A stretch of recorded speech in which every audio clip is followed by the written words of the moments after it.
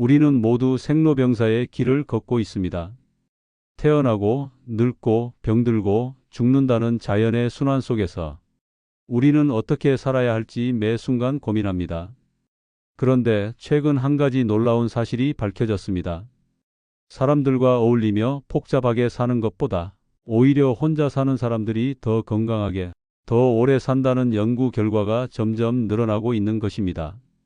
이것은 단순히 생활 방식의 차이를 넘어서 인간이 가진 삶의 본질과도 연결되어 있습니다. 지금부터 우리는 이 놀라운 생로병사의 비밀, 혼자 사는 삶이 어떻게 우리를 더 건강하게, 더 오래 살게 하는지를 하나하나 살펴보려 합니다. 우리는 누구나 한 번쯤은 이런 생각을 해봅니다. 나는 얼마나 오래 살 수 있을까? 지금처럼 살면 건강하게 오래 살 수 있을까? 그리고 또 이런 질문도 하게 됩니다. 나이가 들면 당연히 병이 생기고 약해지는 걸까? 이런 의문들은 단순한 호기심이 아니라 우리의 삶 전반과 깊이 연결된 본질적인 고민입니다. 인간은 누구나 태어나고 늙고 병들고 결국은 죽음을 맞이합니다. 이것은 불교에서 말하는 생로병사, 즉 모든 생명이 피할 수 없는 삶의 흐름입니다. 하지만 과연 이 흐름은 모두에게 똑같이 적용되는 걸까요? 누군가는 100세를 넘겨도 정정하고 누군가는 50대에 병상에 눕기도 합니다. 누군가는 하루하루가 즐겁고 가볍게 느껴지고 누군가는 똑같은 하루가 너무나 무겁고 괴롭게 느껴지기도 합니다. 이 차이는 단순히 유전이나 환경 때문만은 아닙니다. 지금까지 우리는 건강과 장수를 이야기할 때 주로 음식, 운동, 병원 관리 같은 요소들에 집중해 왔습니다. 물론 그것들은 매우 중요합니다. 하지만 최근 연구들은 이보다 더 깊은 차원의 원인을 지목하고 있습니다. 바로 삶의 방식, 생활 패턴, 그리고 사람과의 관계, 나아가서는 혼자 사는 것에 대한 이야기입니다. 의외일 수 있습니다. 우리는 오래도록 이렇게 배워왔습니다. 사람은 외로우면 병에 걸린다. 가족과 함께 살아야 정서적으로 안정된다. 혼자 사는 사람은 불쌍하고 고독하다. 하지만 이 모든 통념에 반기를 드는 데이터들이 속속 등장하고 있습니다. 세계 여러 나라에서 수십 년에 걸쳐 진행된 건강과 수면 관련 조사들은 놀라운 사실을 알려줍니다. 혼자 사는 사람이, 특히 자발적으로 혼자 사는 사람들이 그렇지 않은 사람들보다 더 건강하고 더 장수하며 정신적으로도 더 안정적이라는 결과들이 속속 나오고 있는 것입니다. 왜 이런 일이 벌어지고 있을까요? 정말 혼자 사는 게 건강에 더 좋은 걸까요? 외로움보다 더 무서운 건 무엇일까요?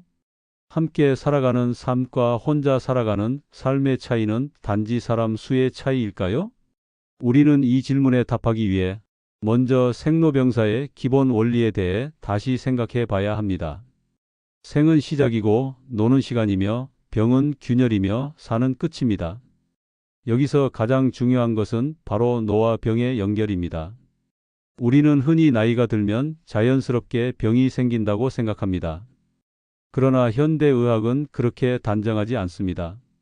노화는 필연이지만 병은 선택일 수 있다는 말이 나올 정도로 생활 습관, 마음가짐, 일상 구조가 질병의 발생과 깊은 연관이 있다는 것입니다.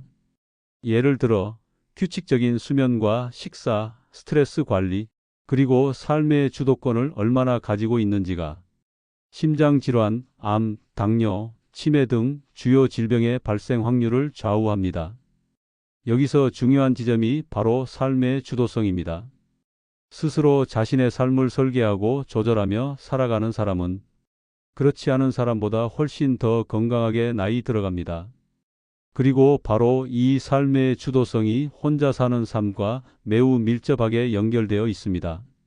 혼자 사는 사람은 스스로 일정을 정하고 식사를 챙기고 운동을 결정합니다. 자기 자신을 돌보는 일에 더 많은 에너지를 쏟을 수밖에 없습니다. 자기 책임이 커지기 때문에 동시에 자기관리 능력도 함께 커지게 됩니다. 반면 누군가에게 의지하는 구조 속에 있을 때 우리는 나태해지기 쉽습니다.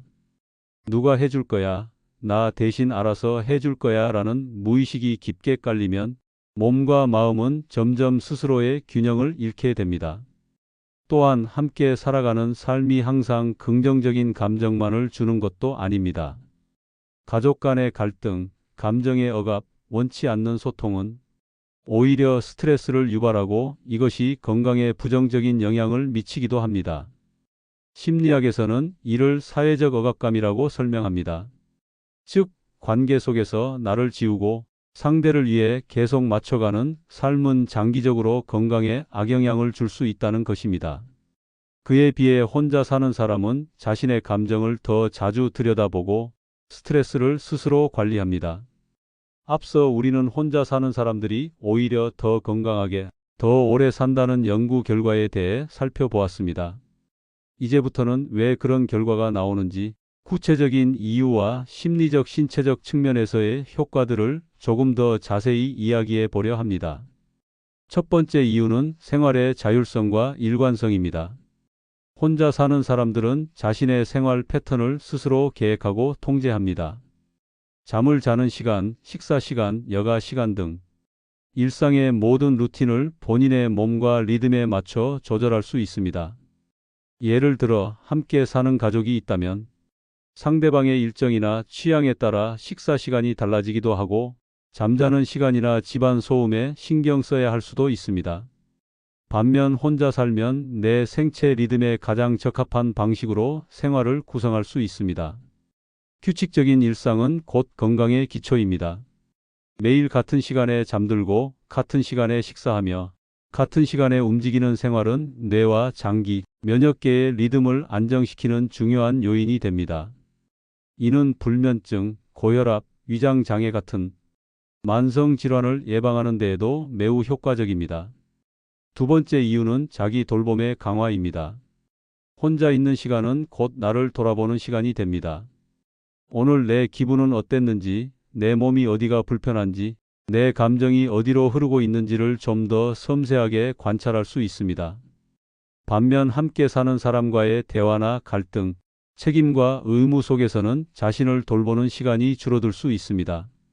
특히 가사 노동이나 육아, 가족의 요구에 몰두하다 보면 정작 내 마음과 몸이 어떤 상태인지 살펴보지 못하고 시간이 흘러가 버리곤 합니다. 혼자 사는 사람은 식사 준비, 청소, 건강 관리 등 모든 생활을 스스로 챙겨야 하기 때문에 자연스럽게 자기 돌봄의 기술이 발달하게 됩니다. 이러한 자기 관리 능력은 단지 생활의 질을 높이는 데 그치지 않고 신체 건강과 정신 건강의 기반이 됩니다. 세 번째는 감정 조절 능력의 향상입니다. 사람은 누구나 감정의 기복을 겪습니다. 그러나 혼자 있는 시간 동안 우리는 자신의 감정을 객관적으로 바라보고 다스리는 법을 배우게 됩니다. 함께 사는 환경에서는 종종 감정을 억누르거나 상대방에게 분출하기 쉽습니다. 그러나 혼자 있는 사람은 감정의 원인을 분석하고 스스로 조절하며 보다 차분하게 상황을 받아들이는 경향이 강해집니다. 이는 심리학적으로도 매우 긍정적인 효과를 나타냅니다. 정서적 안정은 스트레스 호르몬인 코르티솔의 분비를 줄이고 자율신경계를 안정시켜 면역력을 높이는 데 결정적인 역할을 합니다. 네 번째는 관계에 대한 선택권입니다. 혼자 사는 사람들은 불필요한 인간관계에 휘둘리지 않습니다. 억지로 어울리거나 맞추기 위해 노력하는 관계보다 진짜로 필요하고 의미 있는 관계를 선택해 유지할 수 있습니다. 이런 관계는 억압이 아닌 동반자적 연결이며 의무가 아닌 선택의 결과이기 때문에 훨씬 더 안정적이고 만족도가 높습니다. 좋은 인간관계는 장수와 밀접한 연관이 있습니다. 단순한 관계 수보다 관계의 질이 건강과 정신에 더 큰 영향을 준다는 사실은 이미 여러 연구를 통해 입증된 바 있습니다. 또한 혼자 사는 사람들은 외부 사회와의 연결에 더 적극적일 수 있습니다. 예를 들어 혼자 사는 중장년층이나 노년층은 취미 모임, 동호회, 자원봉사, 지역 커뮤니티 등 다양한 활동에 스스로 참여하려는 경향이 있습니다. 실제로 노년기에 혼자 사는 사람들 중 사회적 활동을 꾸준히 하는 사람들은 그렇지 않은 사람보다 인지 능력 유지율이 높고 우울증 발생률이 낮습니다. 이는 고립된 독거가 아닌 자발적이고 건강한 혼자 삶이 정신 건강에 긍정적인 영향을 준다는 뜻입니다. 다섯 번째는 자기 성장의 기회 확대입니다.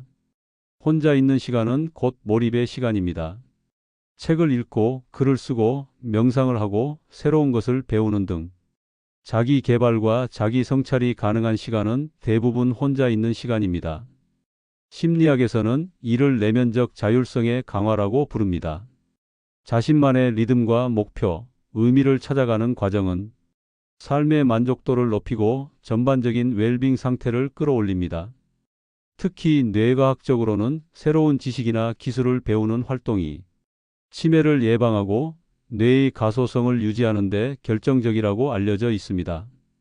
혼자 사는 사람들은 이런 활동에 필요한 시간과 에너지를 상대적으로 많이 확보할 수 있습니다.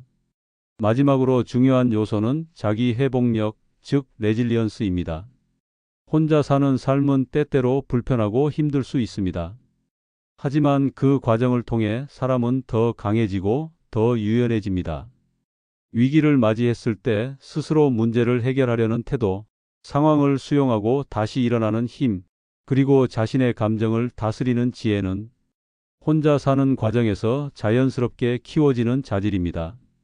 이러한 회복력은 단순히 심리적인 안정뿐만 아니라 실제 건강과 생존율에도 영향을 미칩니다. 병이 생겼을 때도 회복 속도가 빠르고 재발 가능성이 낮다는 연구 결과도 있습니다. 물론 혼자 산다고 해서 무조건 건강해진다는 뜻은 아닙니다. 이 모든 건강 효과는 자발적이고 의식적인 독립, 그리고 자기 존중과 자기 관리를 바탕으로 할 때 나타나는 결과입니다. 외로움에 지쳐 고립된 채 살아가는 삶은 오히려 건강을 해칠 수 있습니다. 하지만 삶의 주도권을 가진 채 자신을 아끼고 관계를 선택하며 내면을 돌보는 혼자의 삶은 건강과 장수의 강력한 기반이 될 수 있습니다.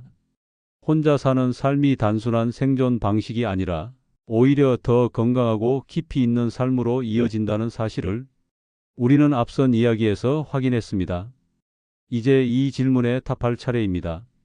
도대체 왜 혼자 사는 사람들이 더 오래 사는 걸까? 그 원인은 어디에 있으며 이것이 생로병사의 흐름을 어떻게 바꾸는 걸까? 우리는 이 질문에 대한 답을 찾기 위해 먼저 장수라는 개념을 다시 살펴봐야 합니다. 단순히 오래 사는 것이 장수가 아닙니다. 중요한 것은 얼마나 건강하게 오래 사느냐, 그리고 그 삶을 얼마나 주체적으로 살아가느냐입니다. 의학계에서는 이를 건강 수명이라 부릅니다. 질병 없이 살아가는 시간 혹은 스스로 일상생활을 할 수 있는 시간, 이 건강 수명을 늘리는 것이 진짜 의미 있는 장수이며 바로 그 지점에서 혼자 사는 삶이 강한 힘을 발휘하게 됩니다. 첫 번째 연결고리는 자율성의 축적입니다. 혼자 사는 사람들은 매일매일 작은 결정을 반복합니다. 무엇을 먹을지, 언제 잘지, 어떤 운동을 할지, 누구를 만날지. 이 반복되는 선택은 단순한 생활 습관을 넘어서 뇌의 인지 기능과 결정력, 자기 효능감을 강화합니다. 스스로 삶을 조율하는 능력은 우리가 늙어갈수록 더욱 중요한 자산이 됩니다. 의존적인 삶은 뇌를 게으르게 만듭니다.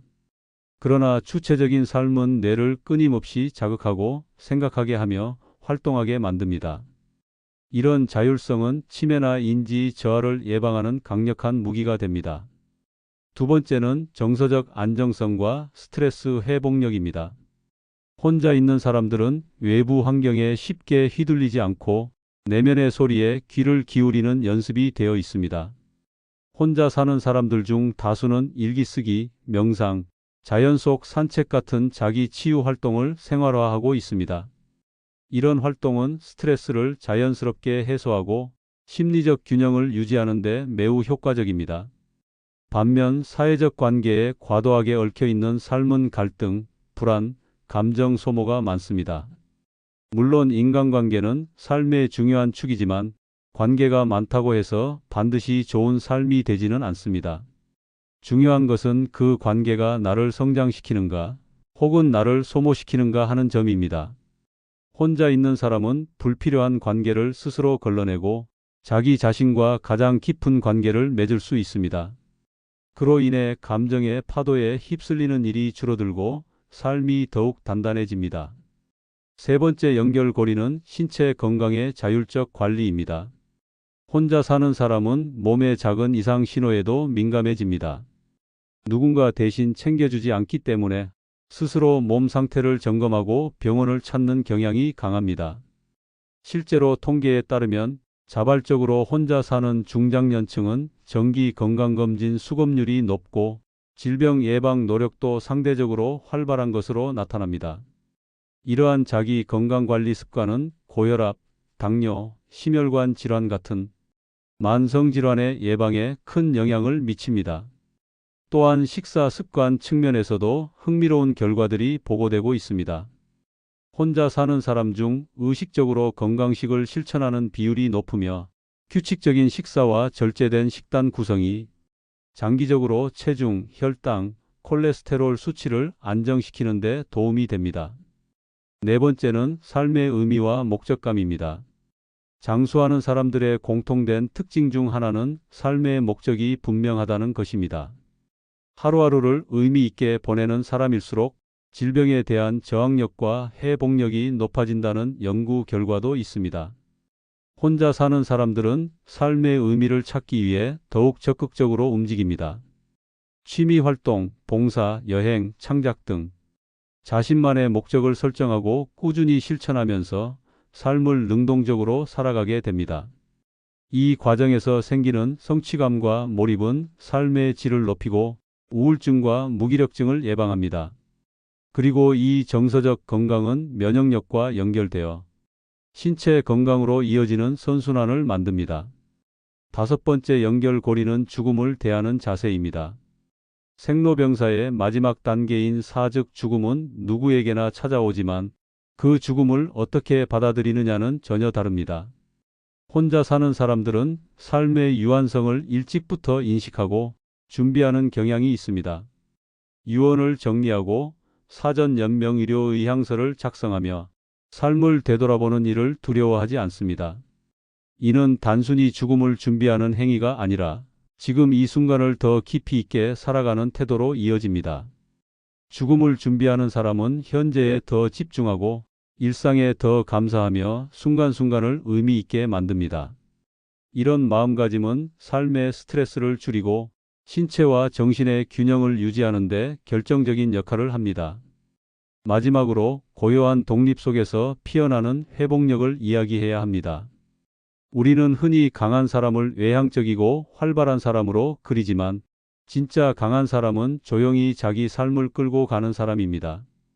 혼자서도 삶을 잘 살아내는 사람, 외로움을 친구 삼아 내면을 단단히 하는 사람. 이런 사람은 외부 환경이 변해도 쉽게 무너지지 않습니다. 삶의 위기가 와도 스스로 회복할 수 있는 힘을 가지고 있습니다. 그리고 그 회복력은 곧 생명력으로 이어집니다.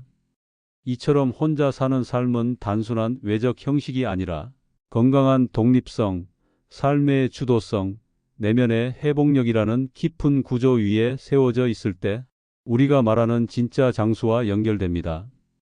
혼자라는 것, 그 속에는 수많은 오해와 편견이 존재해 왔습니다. 하지만 오늘 우리는 그 오해를 넘어 혼자 사는 삶이 오히려 더 강하고 지혜로운 삶이라는 사실을 마주했습니다. 내가 나를 책임지고 나를 돌보며 나를 사랑하는 삶. 그것이 바로 생로병사를 주체적으로 살아가는 사람의 자세입니다. 그리고 이제 우리는 이 사실을 이해합니다. 혼자라는 이유로 외롭지 않고 혼자라는 이유로 건강할 수 있으며 혼자라는 이유로 더 오래 살 수 있다는 것을 당신은 혼자이기에 더 자유롭고 혼자이기에 더 단단하며 혼자이기에 더 의미 있는 삶을 살아갈 수 있습니다. 혼자라는 것은 고립이 아니라 선택입니다. 자신의 삶을 주체적으로 설계하고 스스로를 돌보며 성장하는 과정은 단순한 독립을 넘어 깊은 내면의 풍요로 이어집니다. 그것은 바로 자율성과 회복력 그리고 자기 돌봄의 힘입니다. 이런 삶의 자세는 결국 우리가 겪는 생로병사의 과정을 더 건강하고 평온하게 받아들이는 지혜가 됩니다. 당신은 혼자이기에 더 강하고 혼자이기에 더 자유롭고 혼자이기에 더 오래 살 수 있습니다. 오늘의 이야기가 당신의 삶을 다시 바라보는 따뜻한 시선이 되길 바랍니다. 감사합니다.